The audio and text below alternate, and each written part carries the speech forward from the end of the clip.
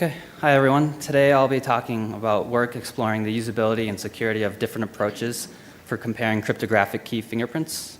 And I'm presenting on behalf of colleagues at Carnegie Mellon University, Stanford, and the University of Chicago. To begin with, I'll cover some quick background on end-to-end encrypted messaging. People can use end-to-end encrypted tools like WhatsApp, Signal, or GPG to send private messages to another person. That is, a message to another person that only that other person can read. For each of these tools, before a person is able to send a message to a recipient, she first needs to know the recipient's identity key, also known as a public key. The message will then be encrypted with this public key. So say, for example, Alice wants to send a message through WhatsApp to Bob describing some secret idea she has that she only wants Bob to know about. In a benign scenario, Alice's WhatsApp client will first download Bob's public key from WhatsApp servers, encrypt the message using this key, and then send the message along to Bob, who can then decrypt the message and learn about Alice's secret. So everything works and there's no problems. In a different scenario, Alice may be the target of an attack. For example, WhatsApp servers might be compromised, perhaps due to forced government compliance, and so when Alice requests Bob's public key, WhatsApp servers might return a different key under Bob's name that they control. In this case, when Alice encrypts her message using this other key, the attacker can intercept the message and then decrypt that message, learning about Alice's secret. The key issue here is that Alice is encrypting her message using the wrong key, which leads to the question of how can Alice detect that she's using an incorrect key? And the short answer is to compare public keys. So here's a public key. It's quite long, it doesn't fit on the entire screen. As you can imagine, comparing these things would be error-prone, take a long time, and just is in general impractical. So instead, we can map public keys to public key fingerprints. A public key fingerprint is a compact representation of a public key generated using a one-way hash function, which means that while it's easy to generate a fingerprint from a key, it's infeasible to learn the key from a fingerprint. And furthermore, it's extremely unlikely that any two keys have the same fingerprint. Many secure chat tools allow users to verify keys by comparing fingerprints. So, for example, shown here, WhatsApp provides numeric fingerprints that users can compare. So going back to our example with Alice and Bob, suppose that Alice and Bob previously meet at a conference and that Bob gives Alice his business card, which contains his public key fingerprint. Later, Alice can verify that she's using the correct key by comparing fingerprints. So in this attack, she could compare the fingerprint shown on her WhatsApp client to that shown on Bob's business card. And in this case, she can see that they're clearly different and stop the conversation before revealing any more secrets. Given their role in preventing attacks, it's important that fingerprints are easy for users to accurately compare. This is especially true when you consider a determined attacker that uses a brute force approach to find a key whose fingerprint is similar to the target fingerprint. So for example, if Alice is attacked and is unable to notice the difference in the two circled sections, and then proceeds to encrypt her message with the incorrect key, then the attack has succeeded. A variety of approaches could be used to make fingerprint comparisons easier for users. One approach is to use alternative fingerprint representations. So for example, instead of hexadecimal, you could represent fingerprints as numbers like WhatsApp does, but also as pronounceable strings, words, or sentences. You could also represent fingerprints graphically, for example, as one of the 8 unicorn fingerprints shown on the right. These alternative representations may make comparison easier by adding different kinds of structure to fingerprints. Another approach to making fingerprint comparisons easier for users is to use alternative comparison modes. So in the standard compare and confirm mode, users just compare two fingerprints and indicate whether they're the same or different. In compare and select, users need to select the matching fingerprint from a list. And the motivation behind compare and select is that it's resistant to inattentive users, since unlike in compare and confirm, users can't just collect the same every time to proceed on with what they were doing before the security check. So this leads to a set of research questions. Our first research question was whether, under realistic conditions, certain representations are easier for users to accurately compare. Prior work explored this for textual key fingerprints in experiments where time pressure and distraction weren't primary focuses, and we build on their work by learning how these different conditions might affect the performance of representations. And I'll describe in more detail what I mean by realistic conditions in a little bit. Our second research question was whether graphical representations might serve as a usable alternative to textual key representations. Prior work looked at abstract art against weak attackers and found that they were promising, and we were interested in stronger attackers as well as other types of graphical representations like unicorns. Lastly, we wanted to know how well the compare and select approach to comparing fingerprints works for the domain of public key fingerprints. Prior work kind of looked at this in other areas, such as secure device pairing, but it wasn't clear how their results would extend to our setting. To answer these questions, we ran an online experiment on Mechanical Turk with 661 participants. Participants performed an online activity in which they role-played as an accountant and were tasked with updating a database with social security numbers. Before they were able to retrieve a social security number, they needed to perform a security check to ensure a secure communication channel. So as shown in the screenshot here, they would compare one fingerprint shown on a security prompt window to another one shown on a business card. As mentioned previously, an important component of our methodology was our focus on simulating realistic conditions in which the average user will compare fingerprints. So in practice, security tasks are often secondary to some other primary task that the user cares about and would like to return to. And this leads to people performing security tasks, but doing so while distracted or under time pressure. To simulate these conditions, we provided an incentive for participants to work quickly. We told them that the 15% fastest participants with the fewest mistakes would earn a $1 bonus. And we reminded them of this incentive by having an on-screen stopwatch and indicator of their current progress in the activity. Lastly, the user of a secure chat tool will likely not have been the target of an attack, and furthermore, doesn't expect to be attacked.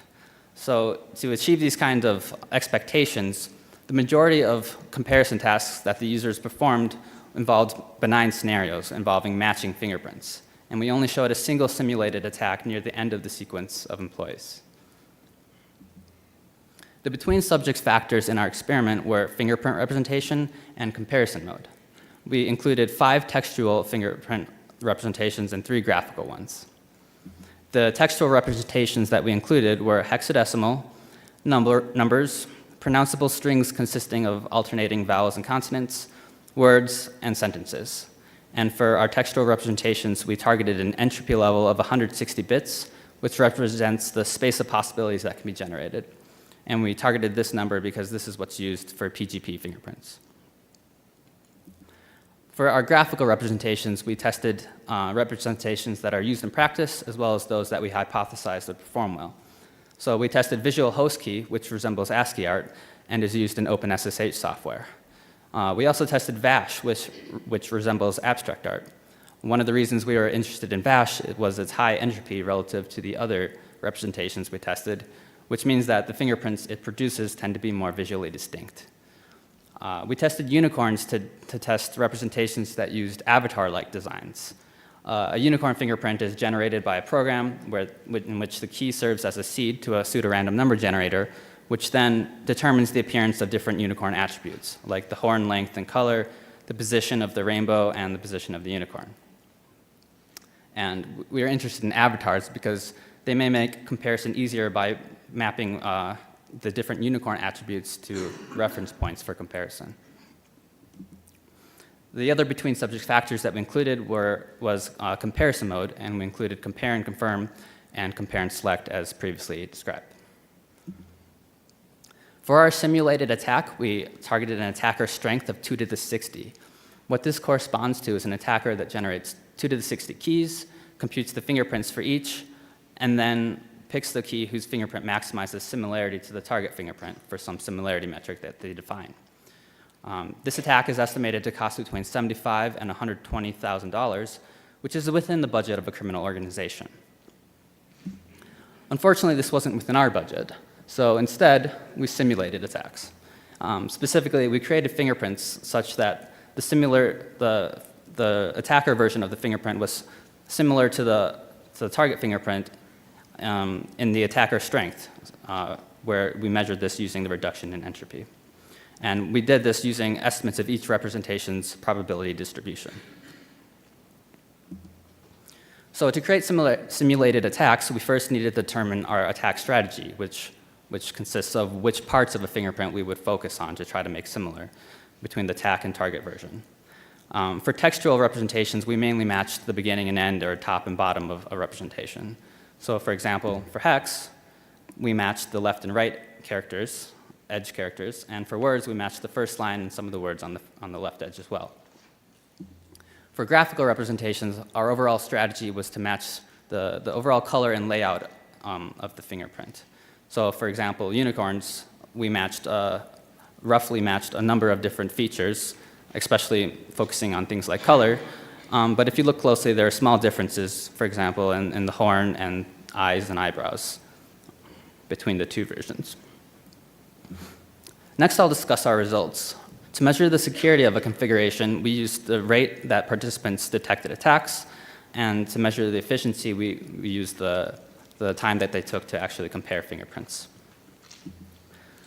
We found that our textual representations all had similar security. The percentage of participants that missed attacks ranged from 6% for sentences to around 35% for numbers. However, none of the differences between these textual representations were statistically significant. For graphical representations, we noticed much more variability. So for example, visual host key and VASH did relatively well, with between 10 and 12% of participants missing the attack, versus unicorns, which did not do so well. More than half of participants shown unicorns missed the attack.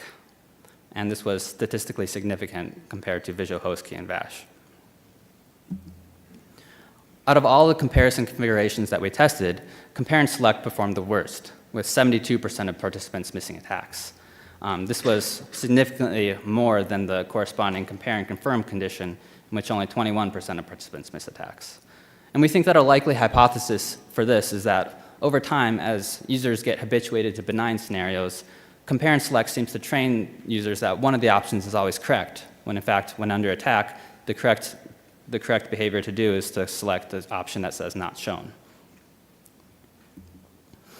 Although graphical representations varied in their security in our experiment, they were all quick to compare. So as shown in these box plots, our graphical representations, the median comparison times ranged between 2 and 5 seconds, versus around 7 to 8 seconds for our textual representations. So this leads to a set of recommendations.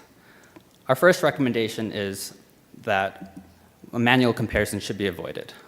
Even our best performing configuration, which was sentences, had 6% of participants miss the attack. So whenever there's any real risk involved, this number seems too high.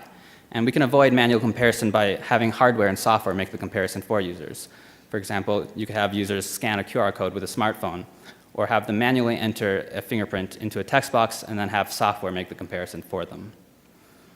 Another recommendation is to avoid compare and select. In our experiment, the compare and select approach seemed to be much more prone to security failures than the more standard compare and confirm approach. When manual comparison can't be avoided, for example, when there's no software or hardware support for more automated methods, then the right choice of fingerprint representation seems to depend on where in the usability and security spectrum a particular application is targeting. For example, whenever it's a high-risk scenario, or when there could be severe consequences if communications aren't kept private, then textual representations seem best. This was because they performed well in our experiment, but also because they have the property that users know what the smallest possible difference is between textual representations, in which case that would be a single character. And participants can compare, or users can compare each and every character to ensure that two fingerprints are exactly the same. In contrast, graphical representations don't have this property. Users don't know what the smallest possible difference is, and they can't compare each and every pixel to know that two fingerprints are exactly the same. However, despite this limitation, we think that graphical representations still have some use. This is because they were quick to compare, and they provide some level of security over not verifying keys at all. Finally, bringing the question back to that posed by the title of this talk, whether unicorns can help users compare key fingerprints, the answer is unfortunately no. Thanks.